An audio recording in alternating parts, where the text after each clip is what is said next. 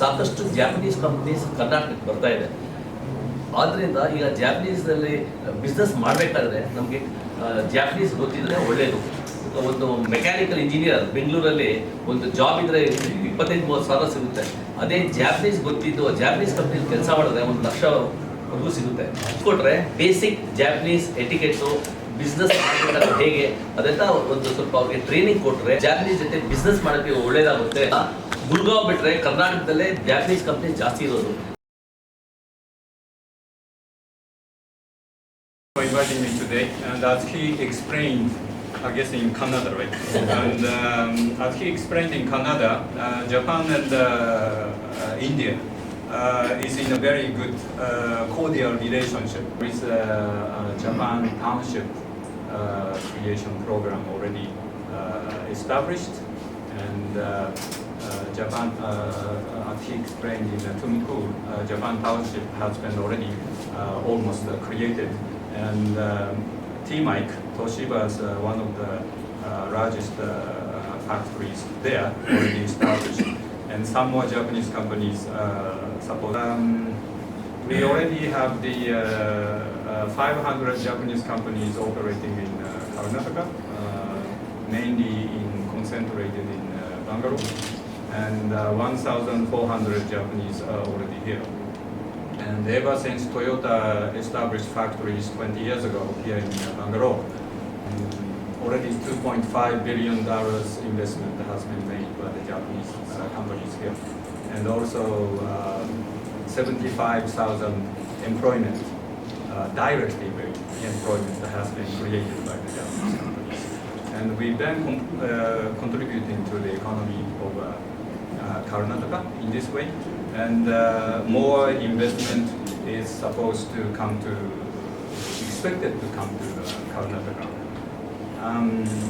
We are also inviting a lot of engineers, IT engineers particularly, from Karnataka to Japan. And recently, JETRO executive visited here. He explained that at least 2 lakhs of IT engineers we need in Japan. And now I'm going to explain why we need that. Japan is an aging society.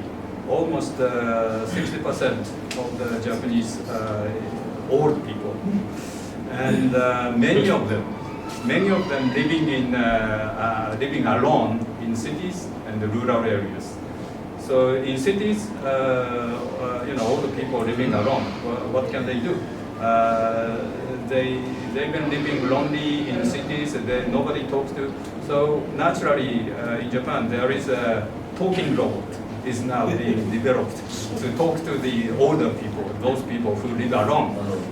Then you can talk to the robot every day and every morning, and the robot can respond properly, so that they become like a friend. That is in urban areas. And rural areas, of course, all the people, in rural areas, it's a remote area.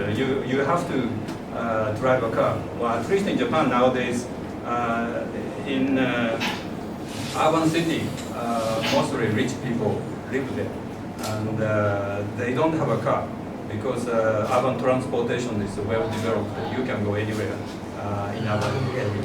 But in a remote area, rural area, you have to have a car. So, and particularly those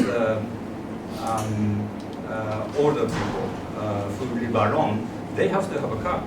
And when they get old, sometimes they change. They mistake the axle and the brakes, and they get accidents. So many accidents are happening in Japan because of the age problem.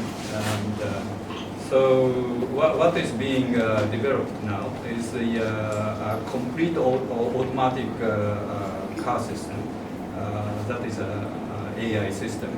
And that is being developed, not completed yet.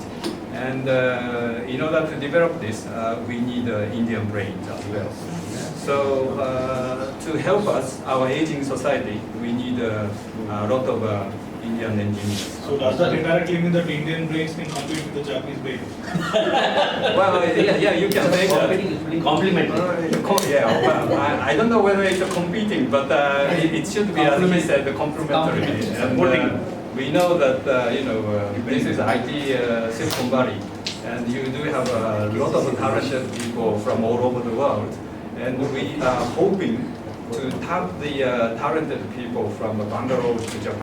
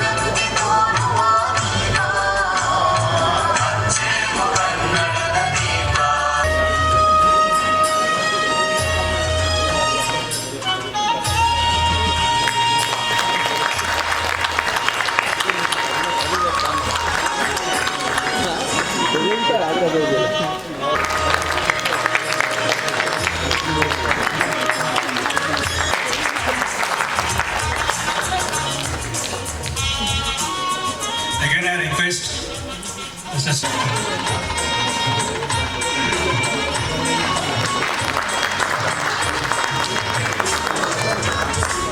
Thank you, Mrs. Vani. Minasama konnichiwa. Ladies and gentlemen, a very good evening to all of you. O isagashi tokoro, o koshi itaraki, makoto ni arigatou gozaimasu. I thank you all to have taken off time from your busy schedule and marking this event with your presence. I thought I did some small practice and I thought I should welcome our Consul General in Japanese.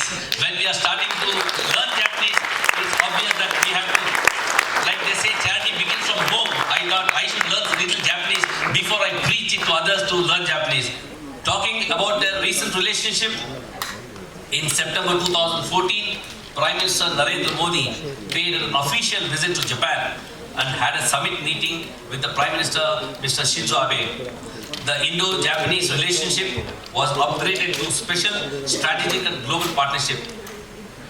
In December 2015, Prime Minister Abe paid an official visit to India and had a summit meeting with Prime Minister Narendra Modi. Some of the important points to be noted in the context of Indo-Japanese relationships are the following. Japan has the third largest economy in the world. As per the latest IMF report, 2017, Japan is the third largest country in terms of GDP of US 4.8 billion, while India is at 2.6 billion.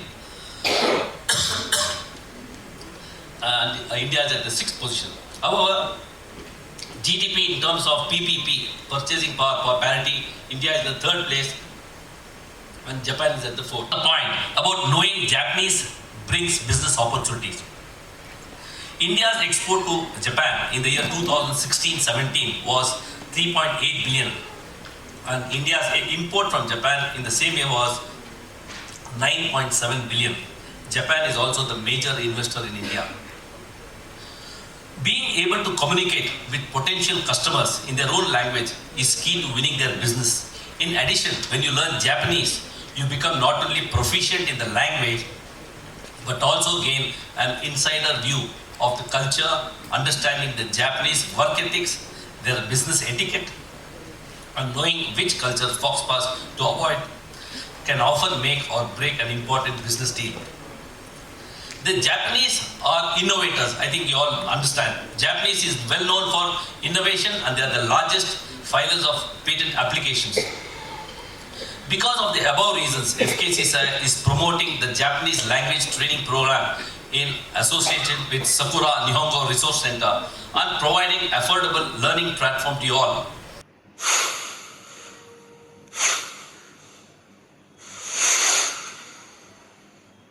Sakura Nihongo Research Center is an established Japanese language service center which offers a range of Japanese language classes aimed at individuals and corporate. I am sure that this language course would be widely welcomed and many people will join it. We at FKCCI would like to do this as part of our social obligation. Engage the people. For example, in urban areas, all the people, if they live alone, there's nobody to talk to. So what is being developed at the moment in Japan is the talking robot. It's been developed, and well, it's not. We say recently, JETRO's executive director visited here, and he mentioned that at least in Japan, we need at least 2 lakhs of IT engineers. We are organizing, Consulate is organizing a Japanese speaking night every 3 months. The idea is to invite Japanese Chamber of Commerce as Mr. Umehara, he's Secretary General. And we invite the Japanese executives, and also we invite the Japanese speaking Indian people. In order to come to a Japanese speaking night, you have to clear at least L3 level.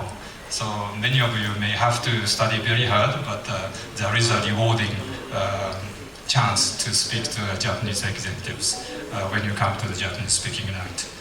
And finally, I'd like to congratulate to the Federation of Karnataka Chamber of Commerce for having this important Japanese language course, and I hope it's going to be a very successful course, and I hope many people would be attracted to this course. Thank you very much.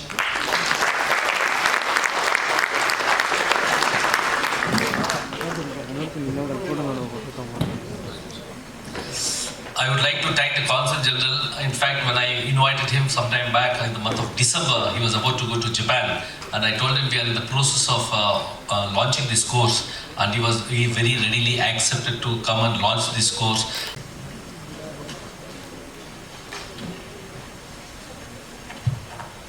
Good afternoon, everybody. My name is Naveen Soni. I look after External Affairs and CSR Division of Toyota Kirloskar Motors. On behalf of my company, we are very happy to be here in this inaugural session for the language training program, and as they say, the Japanese culture etiquette program. I was very happy when I saw these 2 things go hand in hand, because I'll give you a small anecdote. In my company, I remember a few years ago, there were some people who are trained in Japanese because of the language issues that we have to deal with. So therefore, I was talking to a Japanese colleague of mine, and I asked him, I said, "Sir, do you know that this person can speak Japanese?" The answer given to me was, yes, he can speak Japanese, but he cannot understand Japanese. So the point is, this language is very typical. It represents the culture of the people. It represents how it is spoken, what is spoken. It's all about, understanding Japanese people comes before understanding Japanese language, I would say. So I was very happy when I saw that thing is that when people come, and I think somebody mentioned that they found it difficult to learn and understand about India. So when people come and work with us here in India, there's a separate program that is delivered to them about Indian culture, about people here. So the same way, when our people would be interested in taking up jobs, I see many young faces in this room. So if they are aspiring to go across to Japan, the basic thing would be to understand their basic mindset. The thing would be to understand what they are saying, more importantly, why they are saying what they are saying, and the manner in which it is said. it is very different. Like we just heard from Umehara-san that that he mentioned that it's very different. Yes, Umehara-san, we are different, and we are different from state to state, not only from country to country. It's very difficult to generalize what is true for India as a general average. So Karnataka might be different than the neighboring states, and within Karnataka also we might be saying, okay, this person comes from here, so that is why behaves like this. These are intricacies that we live with, and we have learned to live with, but that is how we try and coach and enlighten our people coming from Japan.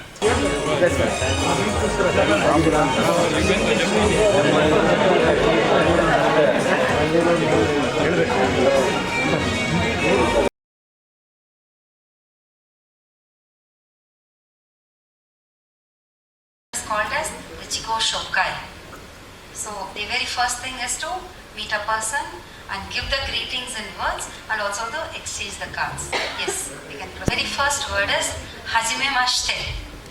Hajimemashite. You can repeat it because you're going to come up on the stage and say this. Hajimemashite. There has been Indianized version of this also saying Haji Namaste. It is not Haji Namaste, but it is Hajimemashite. If you can memorize and say, it's great. Watashi no namae wa. Watashi no namae wa Jo desu. So Jo is the name of the person. So namae we can relate, it's nam, the name. So watashi is I. So the very first word was hajimemashite. Second sentence is watashi no namae wa. Each one will have a different name, definitely. It's not Jo, all of us are not Jo, okay? So there you have to change. Watashi no namae wa, whatever your name. In my case I will say watashi no namae wa Sri Vidya desu. Right? So you are going to give your name there. Yes. The third one, please. There is a way to do that one. The right hand below. And then say, there are 2 times you have to do the bending. 2 times you have to do the bending out of the 3 statements. First statement is Hajimemashite. And also the level of bending shows the level of respect that we give to the other person. So if it is your clients and customers from the other company, you need to do a deeper bow. The very first royal bow by Obama, when he became the president for the first time, he visited the Emperor of Japan, he did the royal bow. Royal bow is 90-degree bow. So the level of bowing shows the level of respect to the other person. Ready? The first 10 people who are ready to come and do it. You can have prompting from down, or you can just do open your mouth and someone can dub for you. Anything is okay, but you can come and do it here. Why I am giving this much of importance to that is, no meeting will start without this proper introduction. People can sit face to face for half an hour also, but no meeting would have started unless we say this first 3 lines of greeting. Right? Okay. Yes, please. Yes, sir. Please come.